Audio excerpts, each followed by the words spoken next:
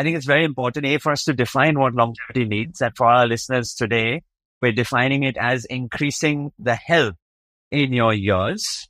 As a byproduct of that, potential side effect of that, you may live longer. That's great.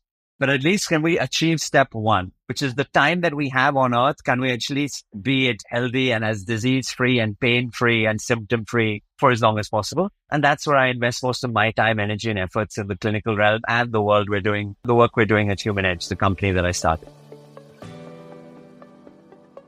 Welcome to Inspire Someone Today podcast, a show where we dive into the stories and insights that has the power to create ripples of inspiration in your life. I'm your host Shrikant, and I'm thrilled to be with you on this journey of inspiration.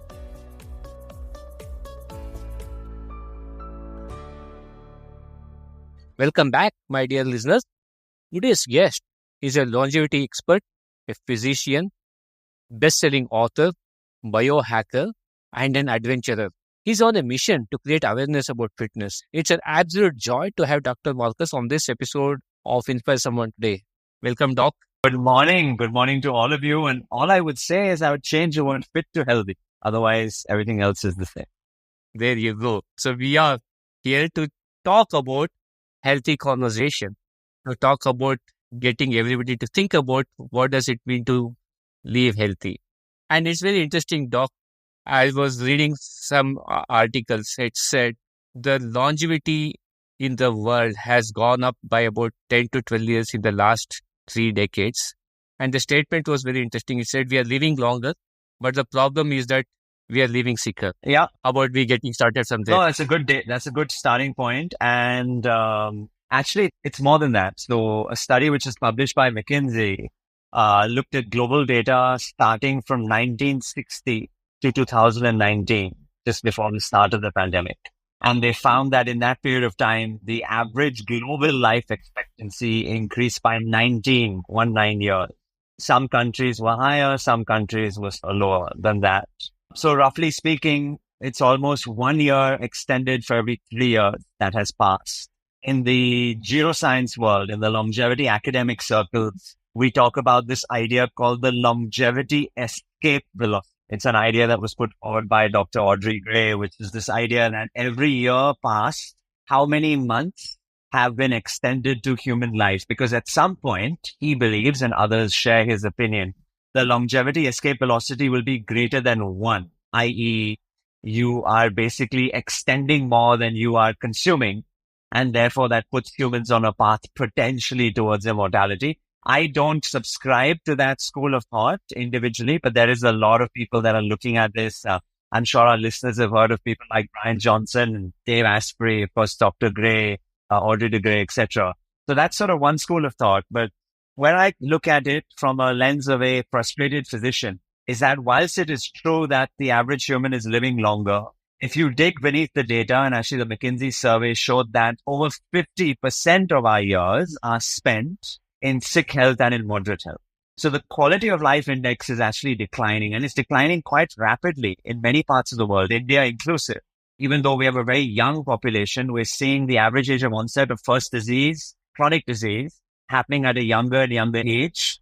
The average individual is living with multiple diseases as they get older.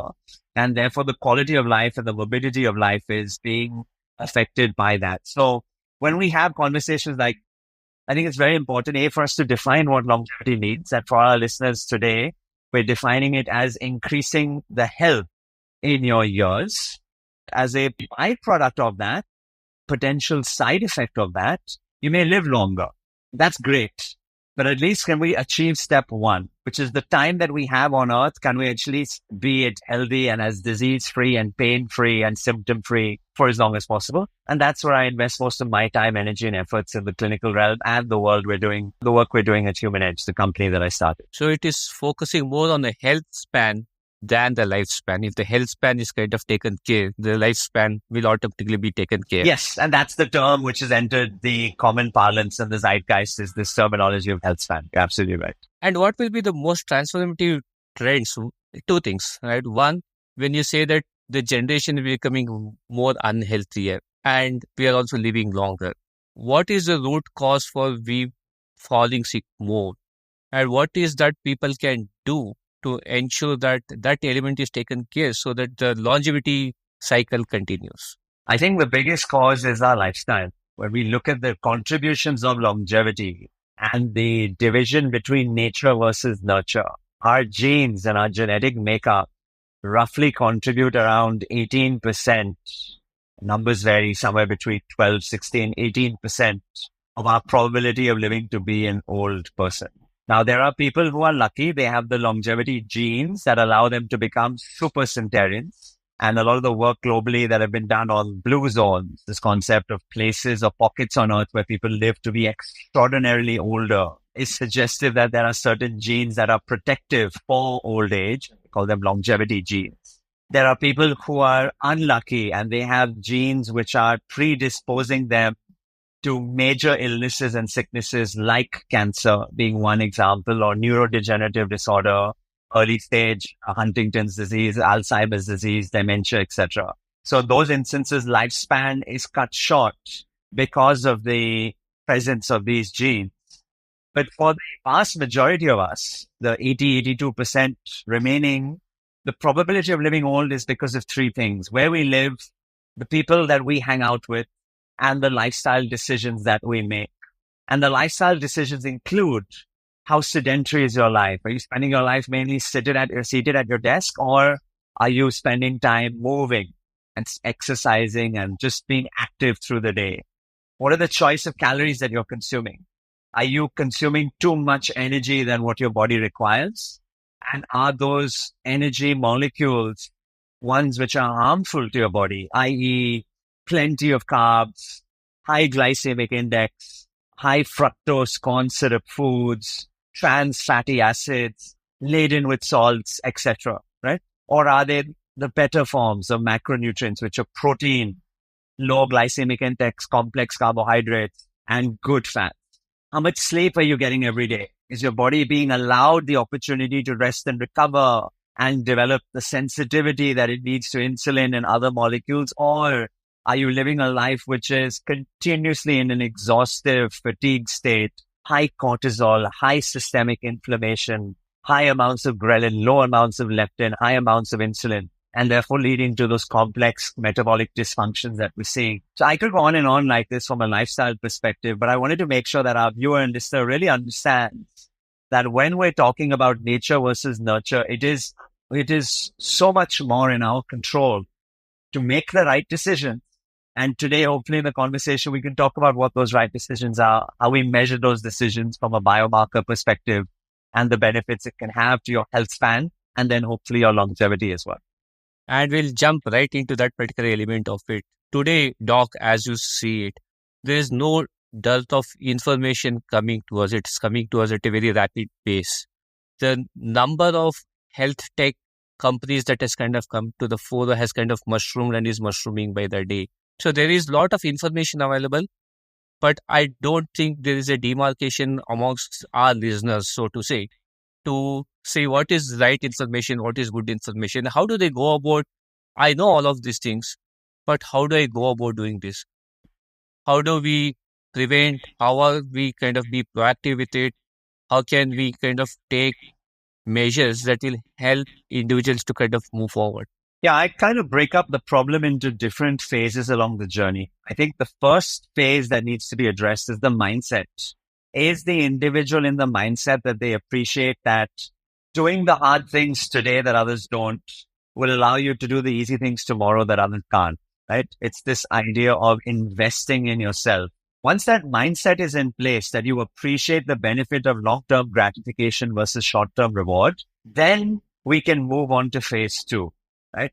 Phase two is about the overwhelm and the confusion which exists in society today, because much of that education and awareness is being driven by social media and technology content platforms. And you can spend 15 minutes online and be thoroughly confused, because you'll have individuals without the right scientific background and knowledge spreading misinformation, disinformation, and the end user is being subjected with everything from magnesium to psychedelic mushroom, from cold showers to intermittent fasting, and everything in between. So they don't know what is scientifically correct And if they want to start, where should they start? Right. So that's sort of phase 2. And there's phase 3 is that once I've started this journey, how do I measure the efficacy of what I'm doing? Because I understand that N equals 1, that my journey is very different to yours and very different to the third person. And what may work for me may not work for you. So what is it that I can measure in order to track progress, to measure impact, so that I know that I could keep doing those things? And if it's not working for me, then I can switch to something else. So that's sort of the 3 phases to this journey, at least how I sort of think about it when it comes to engaging and working with various clients, athletes, and patients.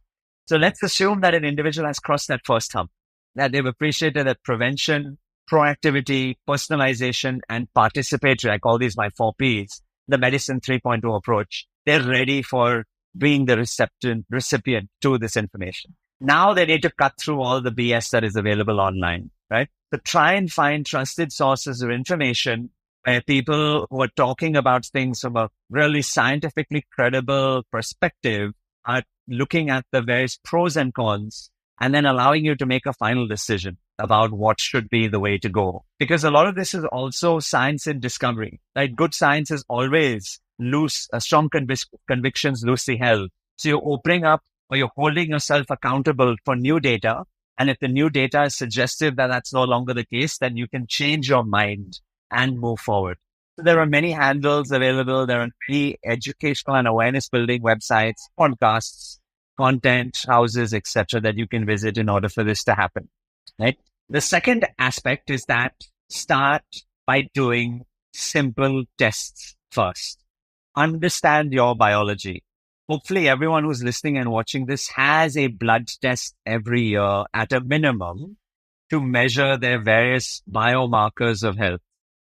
What are the cholesterol markers that a person needs to measure? In addition to the standard profile or panel, which is provided by the lab, you need to add more nuanced testing to this, like an apolipoprotein B or a lipoprotein A, etc. And I'm not sure how much detail to go into in this piece, but the end point really is get tested by your bloods, look at some of your functional assessments as well. So some of the bare basics around this is a treadmill test, a coronary calcium score, a Doppler ultrasound of your carotid arteries, a DEXA scan looking at body composition, a chest X-ray, an ECG, etc. And your doctor can have a conversation with you to ensure that you're covering all the right bases, right? Because once you have your data available, then you will be guided to understand this is what I need to do, right? Everybody doesn't need to be on a vitamin B and a vitamin D and a magnesium tablet. Everybody doesn't need to be on a lipid lowering agent or metformin or a glucose control medication. But based on your data, you can make an informed decision and then you have a data point to then track. Let's say your cholesterol markers were off and we tried a lifestyle approach first. I always prefer a lifestyle approach first. So we would put you on a low carbohydrate diet, high protein, high fat. We would start you on an exercise program, which increase the amount of zone 2 exercise in the day so that you're burning more fat naturally. We'd look at starting on some very specific supplements, which will improve the amount of good fat in your blood, in your body, like an omega-3 supplement, maybe a berberine to improve insulin sensitivity, etc. Right? So we'd start that approach. But if we find that that's not working and we need to now start you on a lipid lowering agent, at least we then know what your cholesterol markers were first, what your heart health was, and then how much have you responded to that over a period of time so that we can titrate the dose and measure our efficacy and our effect as well. Right? So that's my approach. And I encourage everyone to adopt that approach because our biologies are very different from one another. And what works for one person may not necessarily work for the other. And to put all of this in context, the idea of doing all of this is to kind of take care of preventive health. It's not about the myths a lot of the folks have, Doc, is that 10 years back, none of this existed. Now there are a lot of companies that is doing all of this work. They're trying to market it. But the reality of it is, like we spoke, the lifespan has increased. If you have to have a good health span, you got to be aware of it. So this is more preventive measures than being reactive to it. Absolutely. But with that, I would also remind people that 95% plus of all the individuals who I test for come with a positive finding. 40% of Indians today are either insulin resistant diabetic or have diabetes. 25 to 30% of Indians today have grade 1 or grade 2 fatty liver disease. 1 in 5 people today suffer from stress, anxiety, or a mental health challenge over the course of 12 months, right? I could rattle off many of these statistics. So the base reality is that we are sick. We're not healthy. So it is true that we're taking a preventative approach to optimize. But the vast majority of us actually even have to get started by managing the disease that we currently have, which we may not even know that we have because we've never tested for in a composite holistic manner. Yeah. And what has been your personal experiences? What shaped you to kind of start something like this? And what have you seen both by science and by actually interacting with a lot of your patients? I do what I do because of three things: a sense of frustration, a personal journey that happened with myself, and a deep anxiety about the future. Frustration because as a medical doctor, I'm hugely frustrated that the world over we practice the sick model of health. It's actually a very disease-centric paradigm. And we haven't created the right approach where we can optimize and allow people to live in their optimal state, right? Prior to medicine, I spent the early part of my career in the armed forces studying human physiology in extreme environments and spending time in many very remote, very extreme parts of the world, right? Something that I still continue to do till today, right? This time last month, I was just about to leave for a massive Himalayan expedition, which perhaps we can talk about. And that period of time and exposure showed my brain or opened my brain to this idea that human beings are limitless. We can stand on the top of Everest. We can stand on the moon. We can run an ultra marathon. We can survive in the Sahara Desert. We can do incredible things. But at the same time, my first job as a medical doctor, as a young house officer working in London in the NHS, was intensive care. Then I did urology. Then I did geriatric medicine. So I was faced with this juxtaposition of extreme health and frailty and disease. So it's that frustration which forced me to do what I do today. The second was a personal journey. When I suffered from COVID-19 the first time as a frontline warrior, working in slums in the city that I work in Mumbai, and I became very sick with that original strain of the virus. My body was subjected to many drugs and steroids and antibiotics and antimicrobial agents, and I became very, very sick through this whole process. And I discovered for myself that it was the lifestyle changes that I made, which ultimately allowed me to achieve a level of health which was far superior than even my baseline, because of the importance I put in recovery, in nutrition, in movement, in mental faculties, in my environment around me, etc. So that personal journey through a functional approach to health was also part of this, why I do what I do. And the third, as I shared, is this massive sense of anxiety for the world ahead, right? I've got very young children. My children are almost 9 and 6 years old. If I look at the young people of India, and I get great opportunities to work with many corporates around the country and travel and meet aspirational young employees who are looking to really build for their future is a bleak future, because whilst we have a young population today, we're also a very sick population today. And if we don't heal that population starting today, over the next decade, we will cripple our healthcare infrastructure in India to the level that we won't be able to afford to take care of them. An advanced country like the US spends $4.5 trillion every year on their health. That's more than our GDP, right? If we don't fix these problems today sustainably, starting at the source, we will not be able to become that middle income, aspirational, tech entrepreneurial, all the good things that we talk about to the rest of the world. So because of these three things, I do what I do. That's a great rally cry for people listening to it. We can aspire to become whatever we want to become. If the health is not supportive of that, all those aspirations means nothing. That's the message out there. Absolutely. And Doc, you mentioned about the various roles that you have played, starting with being a physician to having had stints with the Royal Air Force, an author, a businessman, all of it. So just walk us through for the curiosity of all of our listeners.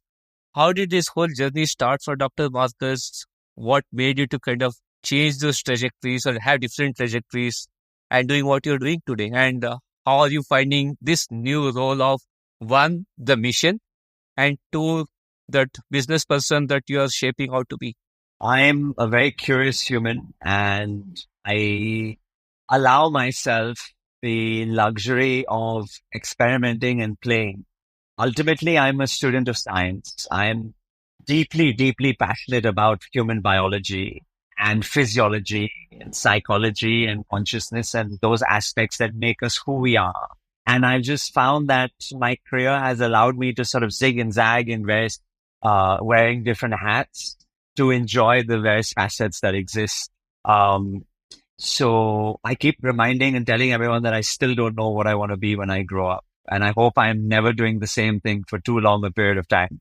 Otherwise something has clearly failed or broken down. I've become an entrepreneur accidentally because of what I just described, because the frustration, the personal journey, and the deep sense of anxiety and ambition to sort of change things for the better.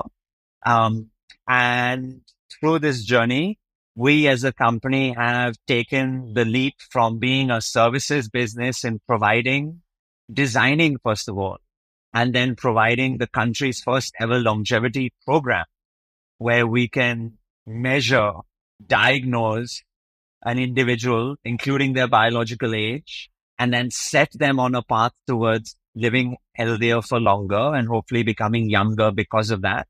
As we've scaled that capability and continue to work with organizations and corporates and sports teams and athletes, we have increasingly started to build more technology so that we can scale this ability. And my hope is that in the next 12 to 18 months, we reach a point of technological maturity that a lot of the work that is currently done by our human team of experts internally, our endocrinologists, our functional doctors, our nutritionists, our exercise scientists, etc., can be done by a digital intelligence so that the average person using their phone, integrating it with a wearable device, uploading it with their annual or biannual blood tests, will be able to get the same level of expertise and information and start them on a journey towards good health. And that for me is the true democratization of what it is that we want to achieve. And it's what the company is set itself out in terms of our ambition and our approach. And in terms of your stint at the Royal Air Force or your journey as a physician, what were some of those pivotal points that also shaped your thinking as to what you would want to do? The Air Force was a place for me to discover the beauty of flight. I was a young medical student walking down one of the corridors at the university that I trained in, University College in London. And I remember seeing this big sign in front of me, learn how to fly and get paid. And I immediately went up to that and signed up and spent 4 incredible years in the volunteer services for the Air Force. I got the opportunity to fly aeroplanes and spend time with fighter pilots and all kinds of incredible things, learning about aviation medicine, which was hugely, hugely challenging and informative for me. I spent time working at Kennedy Space Center. So whilst I was in my final year of study, I had to pick an area of focus, and I decided that I wanted to investigate what happens to the heart and the cardiovascular system when a human being is suspended in a low gravitational environment, like it being the International Space Station and orbiting the Earth, because there are some fundamental deteriorative changes that happen across human physiology. And if anyone is really interested, I encourage them to pick up a copy of my book, At the Human Edge, because on the chapter of space flight, I talk about this, and some of the other chapters looks at other things as well. So I got invited to work at NASA, and I spent time at Kennedy Space Center as part of the emergency medical support team for a space shuttle mission where we sent 6 incredibly brave human beings on board the space shuttle Atlantis to the International Space Station I was with them on the launch pad. I was there looking at the space shuttle take off at Kennedy Space Center. It is an incredible feeling because your whole body resonates because of the force that the space shuttle exerts on the Earth in order to create enough escape velocity to escape our gravitational force and make its way up to the International Space Station. We then monitored them for a period of 4 weeks whilst they were living on board the space station. And then I was there on the runway when the space shuttle came back into land, and watching that massive aircraft break the sound barrier twice. And there's this huge sonic boom. It was incredible, incredible. That whole experience of science and adventure wrapped in. And then, of course, I completed my dissertation and published it. So these are just some of the formative experiences that I've had. I've spent many, many months living at high altitude environments, a month on Everest. I've just spent 2 weeks in the Himalayas again, leading a team up to the summit of India's highest trekkable mountain, around 21,000 feet. So I've spent time in the Arctic twice, the Siberian Arctic and the Swedish Arctic as well, studying the effects of extreme cold, minus 30 degrees Celsius on the human body and the stress response. So these are just some of the adventures that I've had. And I hope that there are many, many more adventures because it reminds me who I am as a human. It reminds me of the humility when faced with the extreme outdoors and just how precious and fragile we can be, but how incredibly resilient, adaptive, and extreme the human condition can also be. I definitely wish you have many more such adventures, Doc. I could definitely see the twinkle in your eye when you're talking about the Kennedy Space Center and your experience there. If you were to kind of look at all of these things in hindsight and to say, what is one or two things that you've been able to draw for you to be the person that you are, either personally or professionally? Are there anything that kind of strikes the chord saying, okay, actually this helped me to shape up who you are today? I imagine the answer would be picking up the biochemistry textbook for the first time and falling in a sense of deep awe and wonder of how incredible the human body is. I think that moment, whenever it happened, at whatever young age that I was in whichever library, was probably the first step, because I've fallen in love with the great outdoors because of the textbooks, because of trying to understand how is it that we can do all of these incredible things. And I've just been fortunate to be at places and take the opportunities or make the opportunity to study them firsthand as well. But that might probably be the first moment. Nice. And you touched upon two elements. One is your book, authoring your book, Human Edge, and then your recent summit. And you have been on some of these summits. So two-pronged questions here. As you're putting this book together, was there anything that surprised you? So all the research you did, so all the cases that you looked into, that really, really surprised you? Yeah, the big surprise, and it was a very unintended chapter, which ultimately became the final chapter of the book, which is what I called Mind Over Matter. My thesis going in was to study and document the physiological adaptations that the human condition goes through when faced with various extreme environments. So there's a chapter on running a full marathon. There's a chapter on surviving the heat of the Sahara Desert. There's a chapter on surviving the cold of the South Pole.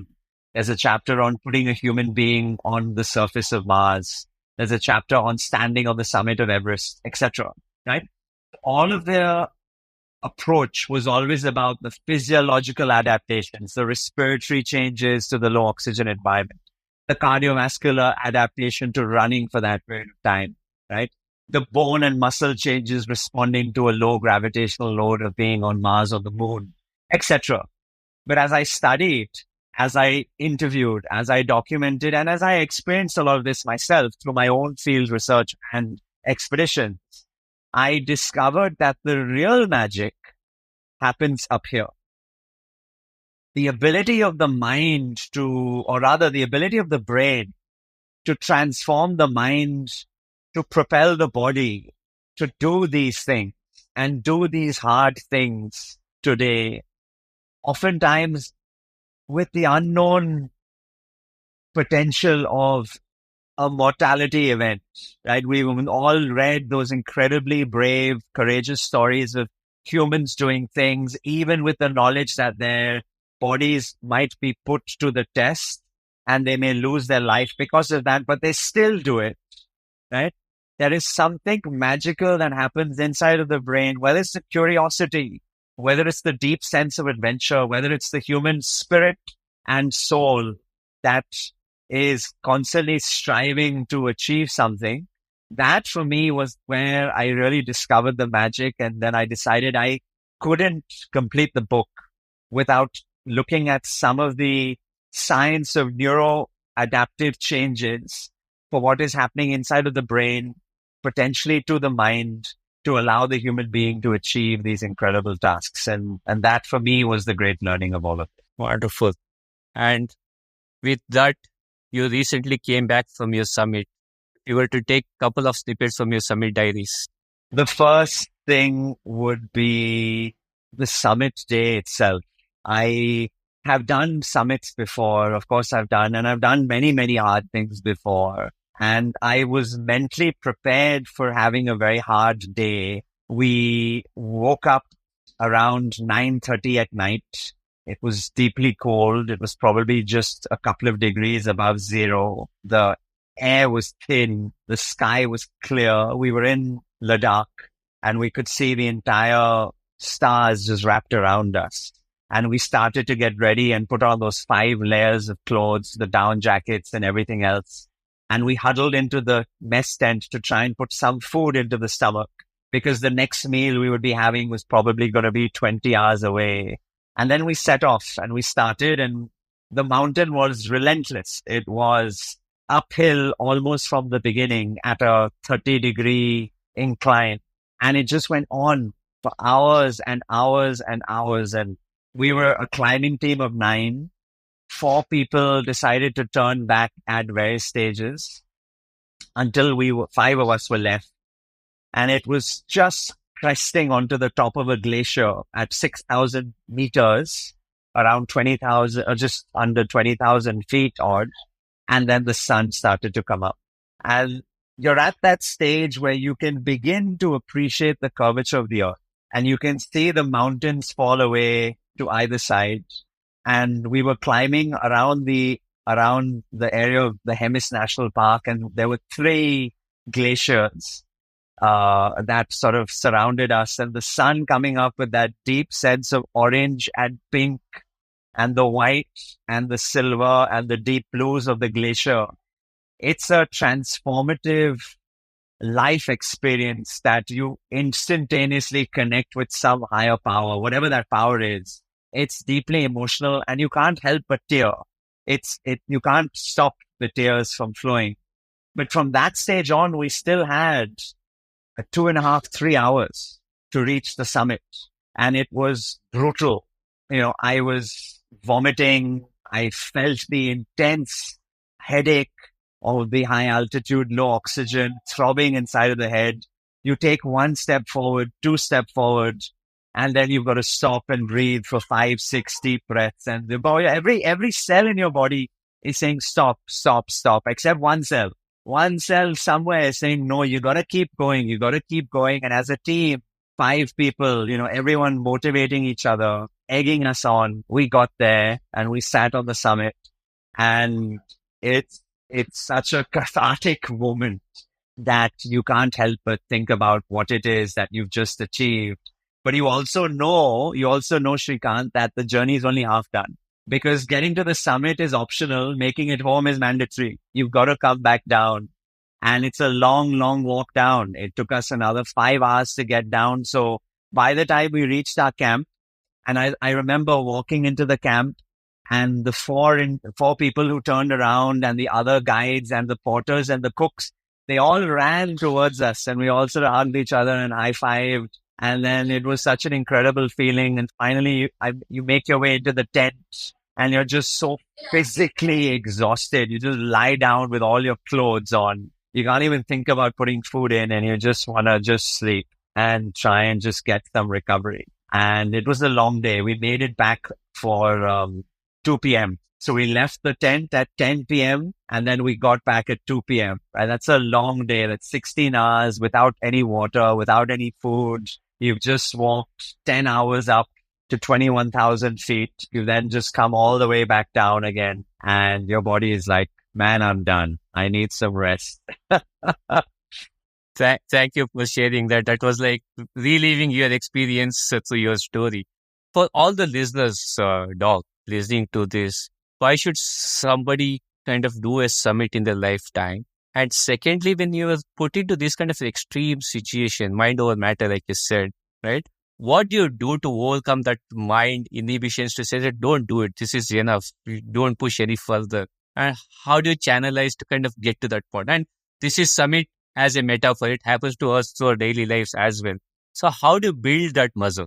It is about building muscle. It's about the recognition that comfort is a bad thing. We celebrate comfort in society today. Our entire existence protected from these four walls of concrete, temperature controlled through air conditioning in the summer and heating in the winter, etc. It's all protecting our biology, and we think that these materialistic comforts are good, but that's not how we've evolved. Our entire evolution, right from that single-celled organism, almost 1.5 billion, 2 billion years ago, has happened because of the exposure to stress, because of facing a discomfort which doesn't destroy the organism, but hard enough that the organism learns to adapt and grow. And it's in that growth that the magic happens. So I always encourage people to do something uncomfortable every day. You define what that uncomfortable thing might be. It could be an area of mental discomfort. It could be physical discomfort. It could be emotional discomfort, whatever it is. But it's in that discomfort that the magic happens. And the more times you expose your body to discomfort, the more opportunity there is for the body to recognize that it can learn and become a better version of itself when faced with an even more uncomfortable situation. So if I were to just go and try and climb a mountain today from ground zero, it would be impossible. But it's the years of training and understanding and exposing and learning and therefore growing that has allowed me to reach the stage that I can do these hard things and have fun along the way as well. And my wife and I, we both understand the importance of role modeling this to our children around us as well, so that they understand how important it is to do the hard things in life, because that's where the real magic and existence and maybe even the purpose of what it means to be a human being really resides. Do you want to unravel the magic letters to the world? I mean, it's all there for people to read. What Shrikant is, I think, referring to is the letter that I write to my son on his birthday every year. It's a mini time capsule. It's a habit that I formed right from when he was born as a way of, hopefully, when he's much older, maybe learning from the mistakes and the experiences that his father has had and his mother, as we try and sort of put our message together and act as a time capsule and some sort of legacy to leave behind. And what I love most about sharing it, because I decided to be public and share it right from the beginning, is there might be experiences in there that others may learn from. But more interesting, and what I really love, is all of those parents who then message me separately and say, because of this effort, I now do the same thing for my children. Oh, sweet. And, that's what the world's about. It's that we can all be a positive force, starting with one step at a time. Absolutely. Doc, this has been fantastic conversation. I want to keep going on and get as much insights from you. And I'm also mindful of the time that we have together. So we slip into a segment in this conversation, what I call it as the power of 3 round. First of the power of 3 round question, Doc, is 3 micro experiments that you would recommend our listeners towards longevity. Okay, I'm going to focus on sleep because sleep has to be the first step. I have a 3-2-1 rule, so it sort of fits into your magic number as well. 3 hours before you intend to go to bed, stop doing any strenuous exercise or activity. Allow the body to cool down and enter a state of relaxation. 2 hours before you go to bed, stop consuming any calories. Stop putting any food inside of your stomach so that your body and your metabolic rate can slowly digest and relax itself. And 1 hour before you go to bed, stop consuming any forms of electronic media, the light exposure, the stress levels, etc. So these three things, simple, but not so easy to do, will help you improve your sleep. And that's the first step towards living healthier for longer. Nice. So we briefly touched upon the letters that you write for your son. If you were to write a letter for your future self, what three things would you tell your future self? I hope you're still having fun doing what you're doing. And I hope you're not doing the same thing as you're doing right now. So that's sort of the first bucket that I would fit in. The second thing that I would write to myself is that I hope you're spending even more time in nature than you are right now, because for me, that is the most embracing and precious thing that I can do. And the third thing would be that I hope your kids are still able and willing to give you a big hug and a kiss on a date, on a as daily basis as you can. Yeah. Nice. What has been the three best advice that you have received from your mentors? Okay. Learn how to say no, i.e. declutter life. It's very easy, especially today when we're just bombarded with so many things, and, especially, being an entrepreneur, you're so enthralled in new projects, etc. But, focusing on doing the basics really well is very, very important. The second thing that I've actually now heard from many mentors, and it fully aligns with the way I live my life, is that always put family first. People have either learned it the hard way or they have crafted it through their journey. But they remind me, especially maybe talking to me, knowing that I have young kids and how much my family and children mean to me, is just always make sure that you always put your family first, regardless of any other potential outcome. And the third thing that mentors say, which maybe I resonate with because of a positive bias, is particularly those who invested in their physical health to keep their body and their brain sharp so they can keep doing what they're doing for longer into their older years as well. Right? So those are sort of three things that I've appreciated. What lovely advice there, Doc. Doc, three book recommendations or podcast in the area of longevity or pushing the human potential. Okay. So every author must always mention their book. So I will tongue in cheek say, please read or listen to now, because it's available on Audible, At the Human Edge. And so that would be sort of one in there. But other three that I really enjoyed, and, some of these are longevity, others may not be. The first one is a book called Man's Search for Meaning by Dr. Viktor Frankl. And it teaches you about the power of the mind. And more importantly, the opportunity to create purpose even in suffering. And I won't talk about a lot more about the book because I want people to read it, but that's definitely one of my most favorite books that I've ever read. The second favorite book that I've read, and I picked this up at the Thiksay Monastery in Ladakh, which for me is sort of my soul place, is a book called The Book of Joy. And it's a conversation between the late Desmond Tutu and the Dalai Lama as they celebrated their 90th birthdays. They spoke about what is it that it means to be alive and how is it that they live their lives. And through all of the little messaging, it comes down to joy. And I think joy is just so, so important for all of us in our lives, irrespective of how much you run and whether you smoke or not and how much you sleep and what you eat. Have joy and create purpose. Those are the two big longevity pillars. So that's why I mentioned these two books. Now, specifically, if there was one book that a person could pick up from a longevity perspective, something which is very popular today, and he has an incredible podcast as well, is Dr. Peter Attia's podcast called The Drive and his book called Outlive. He's taken very deep scientific information in the book Outlive, and he's tried and he's done it quite effectively to make it easy for the lay reader to consume, right?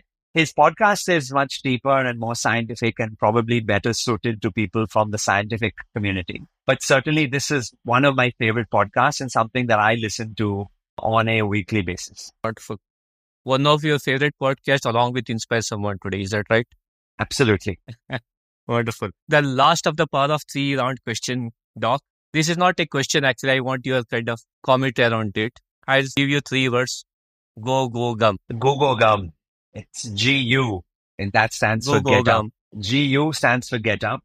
GO stands for get out. And GM stands for get moving. In the pandemic, when the world was in lockdown and we were all forced to be in these small walls, one of the escapes that my wife and I allowed ourselves from time to time when allowed so was to go on these long walks. And those long walks allowed us the opportunity to have long talks with each other. And some of the best relationships are built on long walks and long talks. And through that journey, we discovered for ourselves again anew how much we enjoyed being in the outdoors and being active and role modeling this for our friends to inspire them and for our family and our children as well.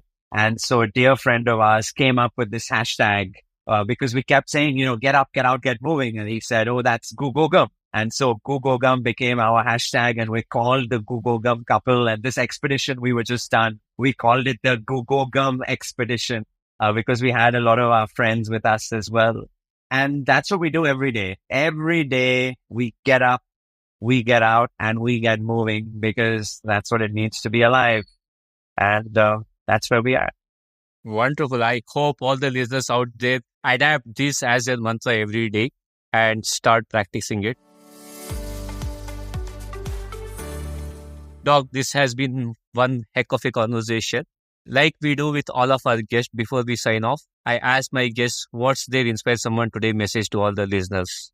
I think what's been lovely about this conversation is you've teased out a lot of the things that I would have ordinarily have asked or reminded people to do so, including some of the more spiritual aspects of life, like purpose, like joy, like experiences, like nature as well. Perhaps I'll just leave our listeners with the thought and the reminder that we have this one life.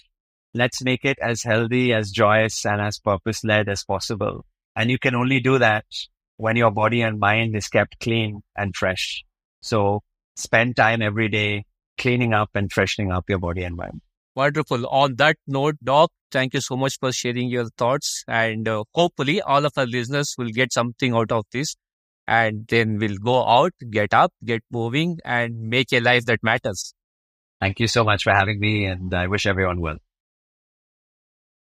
Thank you for joining us on this episode of Inspire Someone Today. This is Srikanth, your host, signing off. Until next time, continue to carry the ripples of inspiration. Stay inspired, keep spreading the light.